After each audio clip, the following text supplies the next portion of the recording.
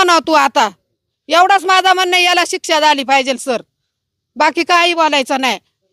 हा डोळे भरून आले तुमचे. हा, डोळे भरून. म्हणजे तो बोललाय तितका. आम्ही भीक मागे असलो तरी आम्ही कष्ट करून खातो. आम्ही कोणाकडे भीक मागती नाही. तसा हा 1500 रुपयाची भीक मागतो लोकांक. आणि रुपयाच्या 1 रुपयात भांडी मिळतात म्हणून पोरगी बोलली तर याला नको नको लागला. मग तू भीक मागून खातो, तसं आम्ही कष्ट करून खातो.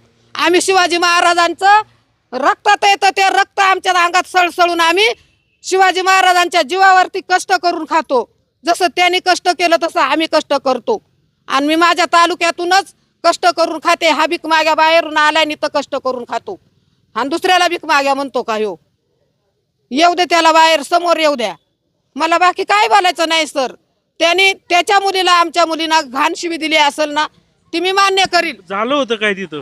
झालं होतं काय म्हणजे ही गेली तिथं विचारायला. 2 वर्ष झालं फॉर्म भरलाय.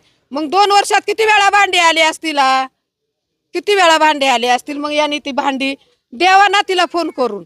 का माझ्या सुनेला बोलतो, ही रेकॉर्डिंग मी ऐकलं, माझी तळपायाची आग मस्तकात गेली. आज आम्ही जिवंत असताना जर आमच्या मुलीला असं कोणी बोलत असेल, किती सहन करायचं आपण.